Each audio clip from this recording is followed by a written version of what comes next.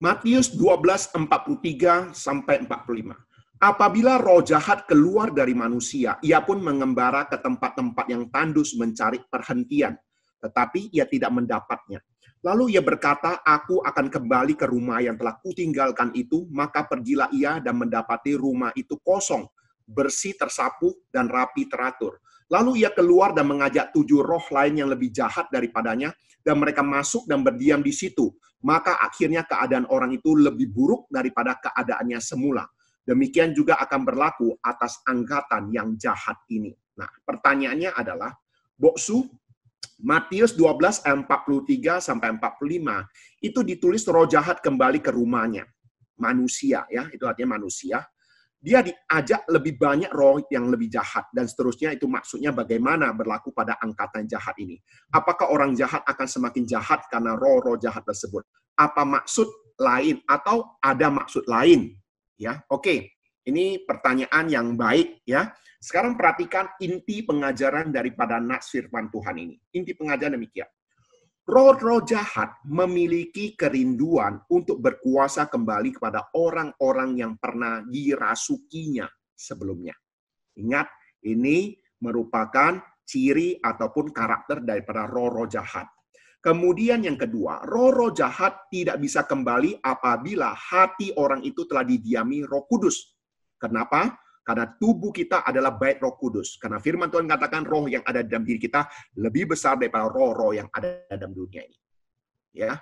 Nah, itu artinya apa? Dari dua pemahaman ini memberitahu pada kita, kalau kita sudah benar-benar percaya Tuhan Yesus, janganlah kita memberikan kesempatan lagi untuk roh-roh jahat menguasai hidup kita.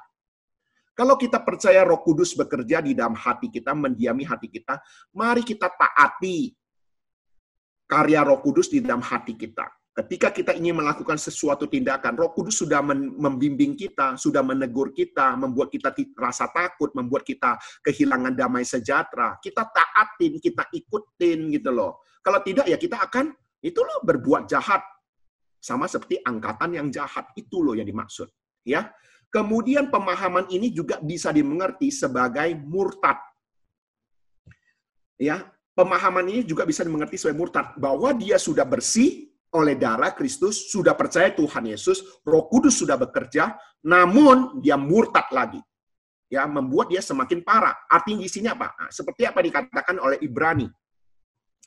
Sebab mereka yang pernah diterangi hatinya, yang pernah mengecap karunia sorgawi, yang pernah mendapat bagian dalam Roh Kudus, dan yang mengecap firman yang baik dari Allah dan karunia-karunia dunia yang akan datang, namun yang murtad lagi tidak mungkin dibaharui sekali lagi sedemikian, hingga mereka bertobat, sebab mereka menyalibkan lagi anak Allah bagi diri mereka dan menghinanya di muka umum. Jadi ini berbicara juga tentang murtad. Ya, bahwa seseorang yang sudah percaya Tuhan Yesus, ya seharusnya setialah sampai akhir, setia sampai mati. Ya, saya kadang-kadang sedih ya melihat ada orang-orang yang mantan Kristen, justru dia bangga menyatakannya ketika dia pindah agama, menyatakan dia dulu Kristen. Saya dulu Kristen, saya dulu aktif melayani, saya dulu sekolah Kristen. Ya, justru ketika saya melihat hal ini, saya sedih, dia bangga pula. Ya, justru tidak ada lagi kesempatan bagi dia untuk dibaharui. Ya, kalau dia tidak bertobat sampai akhir hidupnya. Ya, jadi ini perlu diketahui.